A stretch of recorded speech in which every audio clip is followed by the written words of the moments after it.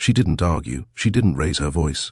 She simply nodded, walked away, and came back the next morning, flying a $90 million fighter jet directly over the camp that told her she didn't belong. This is the story of Major Simone Carter, a pilot, a warrior, and a woman who didn't just wear the uniform, she flew it into history. Major Simone Carter had flown through war zones, trained with foreign air forces, and earned medals they didn't even give out anymore. She wasn't new to silence or to rooms that suddenly went cold when she entered, but nothing quite compared to the insult she received that morning in Utah. It was supposed to be a simple visit, an elite technology and tactical defense summit being hosted by a private contractor in the outskirts of Salt Lake City. Simone wasn't there as a guest, she was the keynote speaker. The invitation, printed in foil lettering, had been hand-delivered by a defense attaché. She was to address cross-force innovation and pilot systems interface in 6th-gen fighters. She showed up dressed exactly as she should have been, in her crisp Air Force flight suit. Nameplate, rank, squadron patch, all perfectly aligned. The moment she walked into the staging area, conversation dimmed.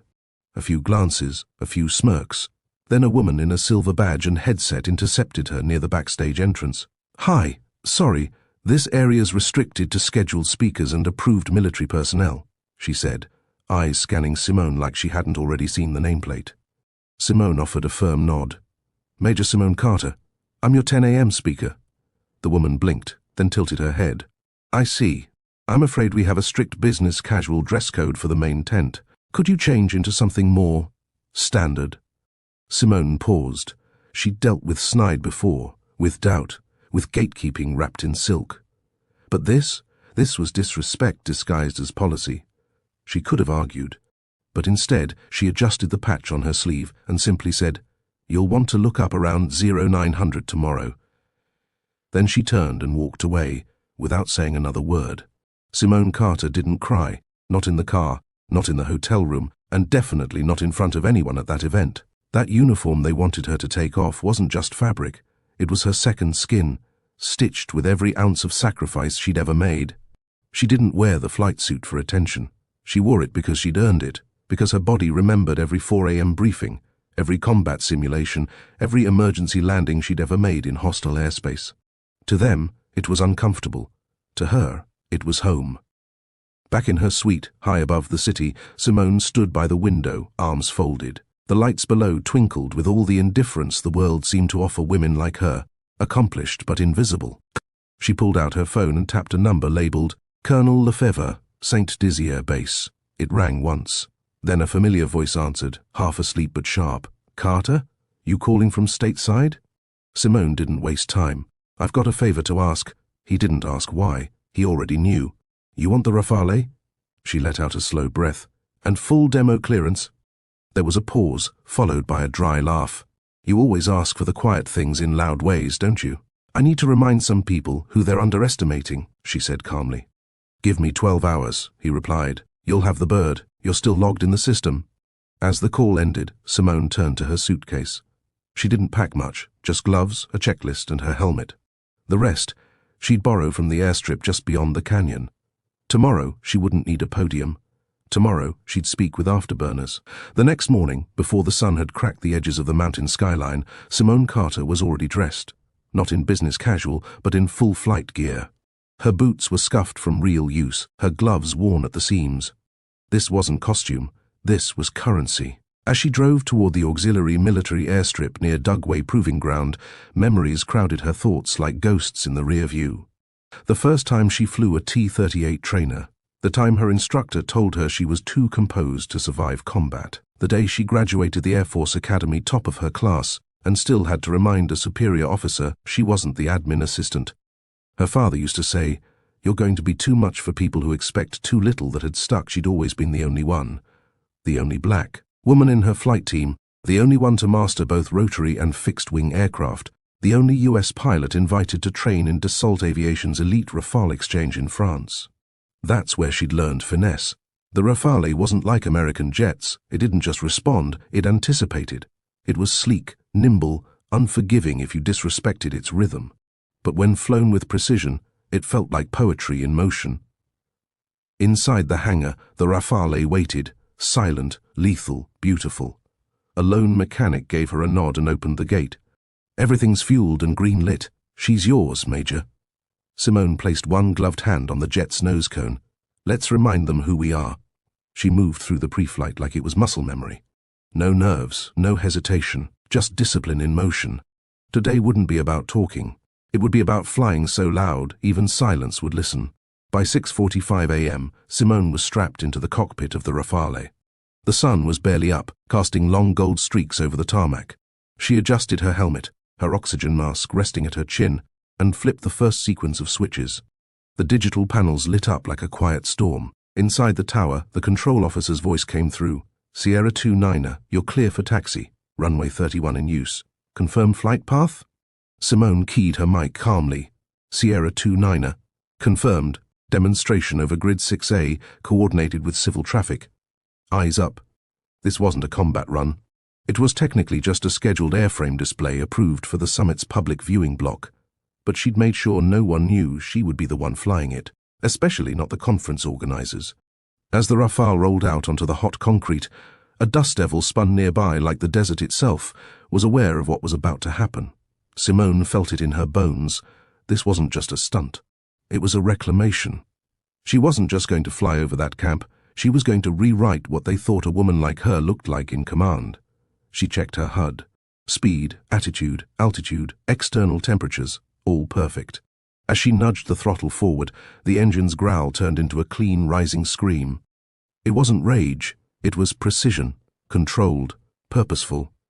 At 7:03 a.m., Simone lifted off the ground like a shadow breaking free from the earth. The nose of the Rafale sliced the sky.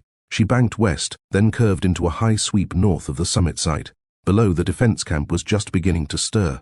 Coffee was being poured, name badges were clipped, and none of them had any idea what was headed their way. At the summit grounds, everything was curated to perfection. The camp was a fusion of military precision and luxury, polished steel podiums, gleaming canvas domes, and faux gravel walkways that muffled footsteps. Attendees sipped espresso from biodegradable cups and spoke softly about global contracts, logistics algorithms, and fighter jet fuel efficiency. Marissa Lennox, the event coordinator who had dismissed Simone the day before, floated through the crowd in heels that clicked just loud enough to suggest power. Her tablet pinged with schedule updates. Everything was on track. The first aerial demonstration was set for 8:30, a standard twin-engine flyby from a NATO-aligned demo crew.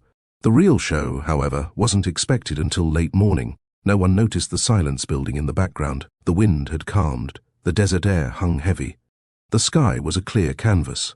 Brian Ford, a young aerospace engineer and one of the few black professionals at the summit, stood near the telemetry tent watching the sky more than the screens. He had seen Simone the day before, had watched her walk out with dignity while others smirked behind their coffee cups. He hadn't said anything, and that guilt clung to him like sweat. He checked the flight roster. Rafale? Listed as French air demonstration? That's weird. We didn't confirm that pilot. But no one around him seemed concerned. 10 minutes later, a dull vibration rumbled through the air. Heads turned. Conversations paused. Someone squinted into the distance. Is that coming in early? From the south, a silver shape cut across the sky like a whisper with claws. No logos, no fanfare, just a machine in motion. The Rafale didn't roar in. It arrived, with elegance, dominance, and authority. And none of them were ready. At precisely 8:19 a.m., the Rafale burst over the horizon, a streak of metal and light that seemed to split the sky in two. No contrails, no radio warning, just raw presence. The crowd's murmur snapped into silence. Someone dropped their phone. A few grabbed at their lanyards as if it helped anchor them. Even the executive from Aeronorth, who'd been boasting about drone supremacy 5 minutes earlier, froze mid-sentence. Marissa Lennox's mouth parted slightly. She tapped her earpiece. Tower, who authorized that? The response crackled back. French Rafale, scheduled demo, clearance approved. Flight path matches authorization from Colonel Lefebvre. But who's flying it? She demanded. No answer.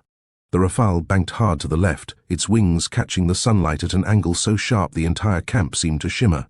It wasn't a stunt, it was a signature. Every movement exact, every turn surgical. And then, she dove. Simone angled the aircraft into a controlled descent, pulling level just 700 feet above the camp. Not dangerously low, but low enough to feel. The sound hit next, a sonic kiss against the Earth's crust, not deafening but deep, like a heartbeat made of thunder. People gasped. A few instinctively ducked. Others clapped in confusion, unsure if they were witnessing rebellion or perfection. Simone wasn't showing off. She was speaking, not in words, in jet language. This is what you tried to diminish. This is who you asked to change clothes. This is the uniform in flight. She pulled vertical again, a clean arc into the blue. 1,000 eyes followed her. Brian whispered to no one in particular. She said she'd be back. And she was, not on their terms, but on hers. Simone leveled the Rafale at 22,000 feet and began her next maneuver, a full sweep followed by a barrel roll over the summit camp's observation deck. From the ground it looked impossible. From the cockpit it felt like poetry. Her vitals were steady, her hands calm, her eyes never left the targeting lines in her HUD. But she wasn't just piloting, she was commanding the moment. Down below, the summit crowd was buzzing. Some assumed it was a rogue demonstration. Others began pulling up the flight registry. But Brian Ford wasn't guessing. He knew. He leaned over to a contractor beside him. "That's Major Simone Carter." The man blinked. "The woman they told to change clothes?" Brian nodded. "She's not just flying that jet. She trained in France. That's her Rafale." Meanwhile, inside the control tent, Marissa Lennox was scrambling. "Find out who signed off on this. Why wasn't I informed? Who cleared that pilot?" But it was already too late. The entire summit, the contractors, the executives, the defense reps, had all turned skyward. Not for a drone, not for an AI system, but for a single human being in control of a machine they didn't think she deserved. At 8:33 a.m., Simone began a low-speed pass directly over the center viewing area. The Rafale slowed enough for everyone to see the pilot inside. The helmet gleamed, visor down, but on the side, stenciled in clean white lettering, Major S. Carter Marissa's tablet slipped from her hand. The crowd didn't need commentary. The jet was the sentence, the flight was the period, and the silence that followed, that was the exclamation mark. Simone had returned. Not to prove herself, to remind them she never had to. As Simone curved the Rafale into a wide arc for her final approach, the crowd below remained frozen, not out of fear, but awe. There were no fireworks, no pyrotechnics, no announcers with headsets hyping the crowd. Just the unmistakable realization spreading across the faces of hundreds of so-called experts they had made a mistake. They hadn't just dismissed a pilot, they'd dismissed excellence, dismissed history, dismissed a woman who had already done more in her uniform than most of them would ever do in a lifetime of contracts and simulations. Simone throttled down slightly and brought the Rafale into a slow circular flyover. Below, the Echelon Defense CEO leaned toward Marissa Lennox. "You're telling me we turned away that pilot yesterday?" Marissa tried to reply, but her throat was dry. Brian Ford stood at the edge of the viewing area, his eyes never leaving the sky. His heart was racing, not out of fear, but pride. "She's the whole damn mission," he whispered. Inside the Rafale, Simone scanned her instruments one last time. Everything was perfect, but perfection wasn't the goal. The message was. She thought of every young woman watching from afar, every black girl told to be less intense, less ambitious, or more polite. She thought of her mother, a postal worker who raised her alone in Atlanta.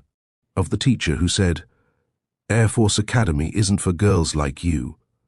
Then she tilted the Rafale one last time, dipped its wing in a gesture that looked almost like a salute, and pushed the throttle. The jet soared, no apology, no commentary, just power in motion from a woman who refused to shrink. Tomorrow the summit would be forgotten. But this moment, this would become legend. By the time Simone landed the Rafale back at the auxiliary airstrip, the summit camp was still buzzing with questions. No one had seen the follow-up panel. No one cared about the drone autonomy presentation. The only topic on everyone's lips, who flew that jet? When she stepped down from the cockpit, a small ground crew was waiting. They said nothing, just watched with quiet respect as she unstrapped her helmet and removed it. Her face glistened slightly with sweat, but her eyes were sharp. Steady. Staff Sergeant Alvarez, who'd been overseeing the flight deck, approached. "That was clean, ma'am. Real clean." Simone nodded once. "Just a routine demo, Sergeant." But they both knew it wasn't. Back at the summit, inside the control center, Marissa Lennox had finally pulled the logs. Her face was pale. There it was, flight approved. Rafale loaned from French Air Command. Pilot, Major Simone Carter. The woman she'd told to change. The woman who had told her, "You'll want to look up around 0900 tomorrow." Now the irony hung in the air like jet fuel afterburn. Brian Ford, meanwhile, had pulled out his phone and began typing. Not an angry rant, not a viral tweet, just a quiet caption above a photo he had managed to snap of the Rafale's wing tilted in salute. They told her to take off her uniform. She came back, flying over their heads. #respect the flight. #Major Carter. It wasn't meant to go viral, but it did. By the next morning, the post had been shared over 4 million times. News outlets picked it up. Military blogs ran headlines. And everywhere, the same question echoed. Who told her she didn't belong? Because now, the whole world knew. She always did. By the following week, the video of Simone's flight had been edited, reposted, analyzed, and shared across every corner of the internet. Defense publications broke down her maneuver frame by frame. Civilian media praised her composure. Commentators on morning shows referred to it as the most graceful mic drop in aviation history. But for Simone, none of it was about applause. She wasn't chasing recognition. She had flown that day for every time someone questioned her place, not in the sky, but in the room. Every time someone looked past her resume and straight into their assumptions. Every time someone saw her uniform and still asked, "Are you support staff?" She didn't need headlines, she had legacy. And now, she had attention, the kind she hadn't asked for but wasn't going to waste. Requests flooded in, keynote addresses, interviews, think tank panels, even a speaking engagement at West Point titled Command Presence, when flying is just the beginning. But she didn't accept them all. What she did instead was launch a mentorship initiative called Project Altitude, a program pairing young women, especially women of color, with current and retired fighter pilots across NATO. She didn't want to be the exception. She wanted to open the runway. Back at the very same summit where it all began, organizers quietly changed their dress code policy. A quiet memo was circulated. Uniformed military guests are exempt from business attire expectations. All service is honored equally. They never named her directly. They didn't have to. Because the story had already taken flight. In quiet hangars and crowded school gymnasiums, girls pointed to the sky and said, "I want to be like her." And somewhere, far above them, Simone Carter was already carving contrails into the clouds. Still flying, still rising, still reminding the world who truly owns the sky.